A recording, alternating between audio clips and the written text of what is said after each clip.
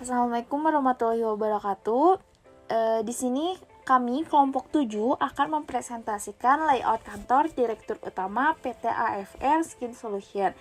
Kami beranggotakan 3 orang, yaitu yang pertama ada Azahra Sakinah Nurdin dan saya sendiri Fitri Desriani Sugiarto dan Rabani Janatan Insani. Oke, sebelum kita bahas dari layoutnya, aku mau jelasin sedikit dulu dari fungsi Direktur Pemasaran. Nah, Direktur Pemasaran ini bertanggung jawab pada operasi pemasaran dengan secara keseluruhan perusahaan seperti merencanakan, mengarahkan, dan mengawasi seluruh kegiatan pemasaran dan perusahaan. Selanjutnya, ada beberapa tugas dan tanggung jawab.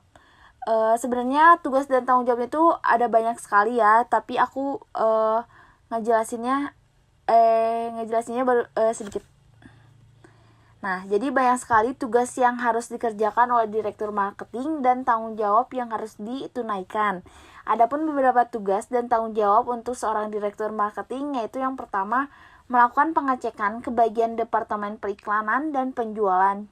Contohnya itu apabila di perusahaan penyelenggara diadakan Departemen Periklanan, seperti pengecekan media periklanan, mengecek alat pengiklanan, jumlah traffic, mengecek kelayakan alat pengiklanan untuk yang ditayangkan. Terus melakukan riset pasar, perdagangan, serta tren naik turun untuk memaksimalkan penjualan perusahaan. Yang ketiga, melakukan penetapan harga sesuai riset pasar yang ada, pemasaran produk, komunikasi pemasaran, periklanan, dan hubungan masyarakat. Yang keempat itu melakukan pertemuan antara perusahaan penjual dengan klien distributor pabrik dan juga klien distributor lainnya. Yang kelima itu melakukan pengembangan strategi penjualan dan strategi pemasaran. Nah, untuk selanjutnya itu kita akan membahas tentang lingkungan fisik kantor. Yang pertama itu ada tata cahaya, di mana penerangan atau cahaya ini memiliki peranan yang cukup vital dalam kenyamanan dan kelancaran dalam bekerja. Jadi dengan percahayaan ini baik para karyawan juga dapat menyelesaikan pekerjaannya dengan baik, dan ini juga dapat mengurangi tingkat kesalahan dan keselamatan dalam bekerja. Dan sebaliknya, cahaya lampu juga yang tidak memadai akan berdampak negatif terhadap keterampilan kerja menurut Mangkunegara pada tahun 2005. Nah, jadi penerangan yang digunakan dalam ruangan kantor direktur ini menggunakan 2 jenis penerangan, yaitu menggunakan penerangan buatan yang berasal dari sumber cahaya lampu.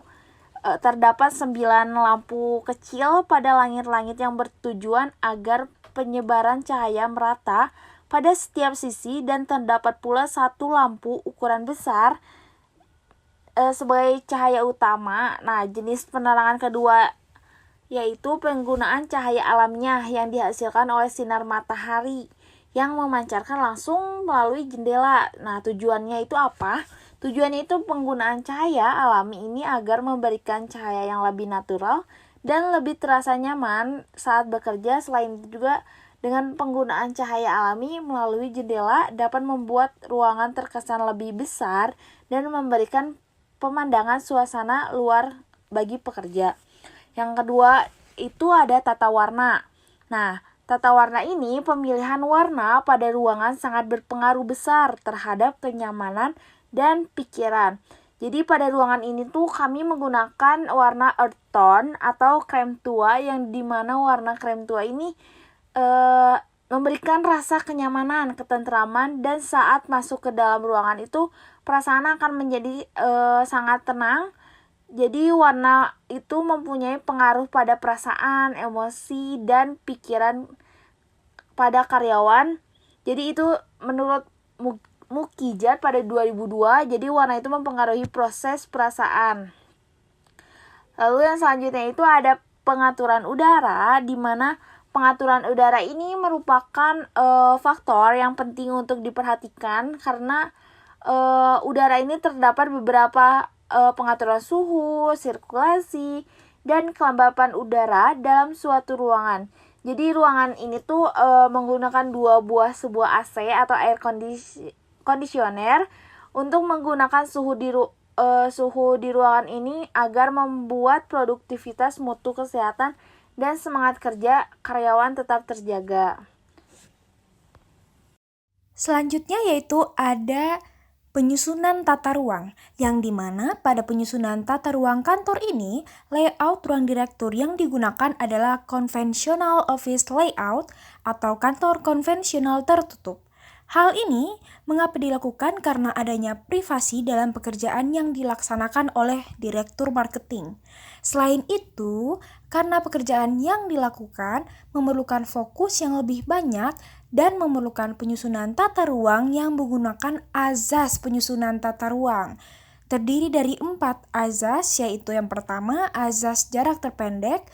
Pada azas jarak terpendek ini dilihat dari seluruh perlengkapan yang dibutuhkan dalam pekerjaan, seperti komputer, meja, kursi, rak penyimpanan dokumen penting atau barang krusial yang diletakkan dengan jarak yang tidak jauh agar mudah untuk dijangkau dan efisiensi waktu kerja.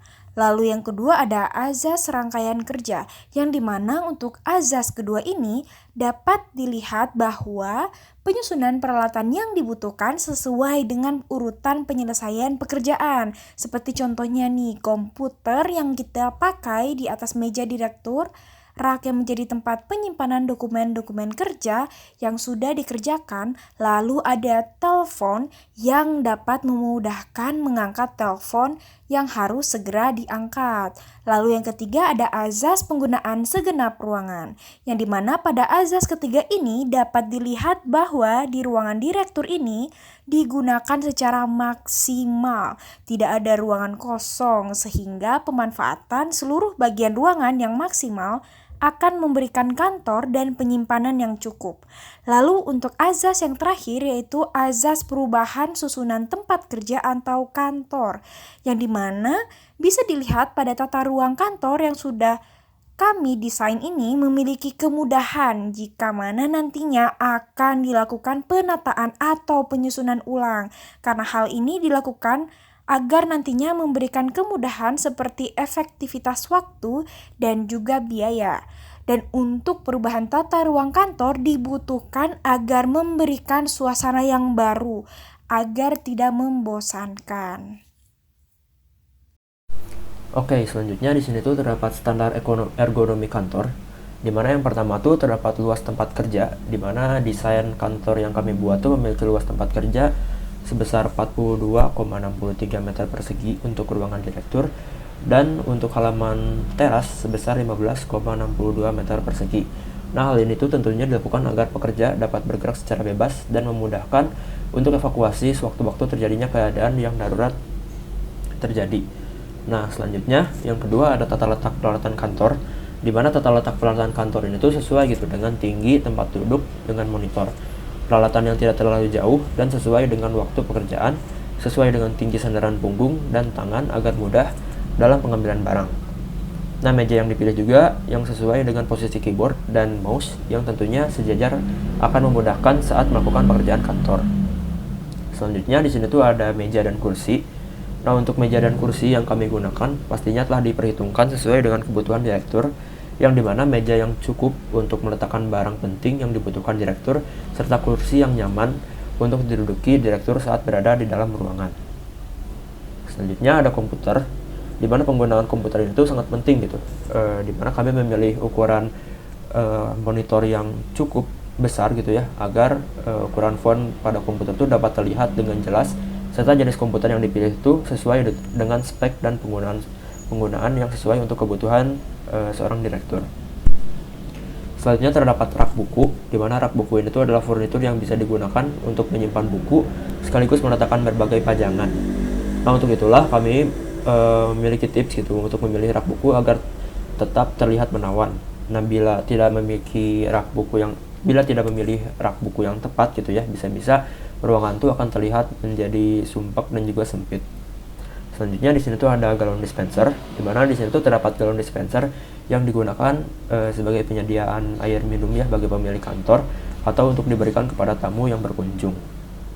Selanjutnya ada sofa, di mana sofa dalam ruangan direktur itu berfungsi sebagai tempat untuk menerima tamu jika direktur sedang kedatangan tamu, untuk membahas sesuatu yang penting atau sekedar bercengkrama berkunjung saja. Selanjutnya ada TV. Nah, untuk televisi ini tuh digunakan sebagai sarana hiburan ya untuk direktur agar tidak merasa bosan di dalam ruangan, serta penggunaan TV itu dapat digunakan direktur untuk melihat berita-berita terkini. Nah, selanjutnya ada istirahat atau rehat saat bekerja, di mana dalam melakukan pekerjaan kantor, istirahat tuh perlu gitu untuk dilakukan agar tetap menjadi sehat dan pekerjaan tetap ideal gitu untuk dilakukan. Nah, hal ini tuh dapat dilakukan dengan metode 20-20-20, yaitu 20 menit bekerja di layar komputer diselingi dengan 20 detik rehat singkat dengan melihat selain komputer sejauh 20 kaki. Nah, dari teori tersebut tuh kami menambahkan jendela gitu ya di dekat meja kerja agar pekerja tuh dapat dengan mudah gitu beristirahat melihat suasana luar. Dan juga disarankan katanya setiap 2 jam kerja tuh bagusnya diselingi peregangan selama 10-15 menit. Selanjutnya yang terakhir yaitu postur tubuh, di mana postur tubuh itu sangat berpengaruh gitu dalam melakukan suatu pekerjaan, yang dimana kita tuh dapat menyesuaikan postur tubuh kita dengan nyaman, seperti contoh penempatan kaki kita terhadap kursi yang dipakai, serta penempatan komputer beserta mouse yang tidak jauh dari jangkauan atau sejajar pada posisi tubuh kita. Oke guys, sekian dari penjelasan detail tentang layout ruang kantor Direktur Marketing. Semoga apa yang kami jelaskan bisa bermanfaat untuk teman-teman semua dan dapat diterapkan dalam kehidupan sehari-hari. Oke guys, see you. Bye-bye.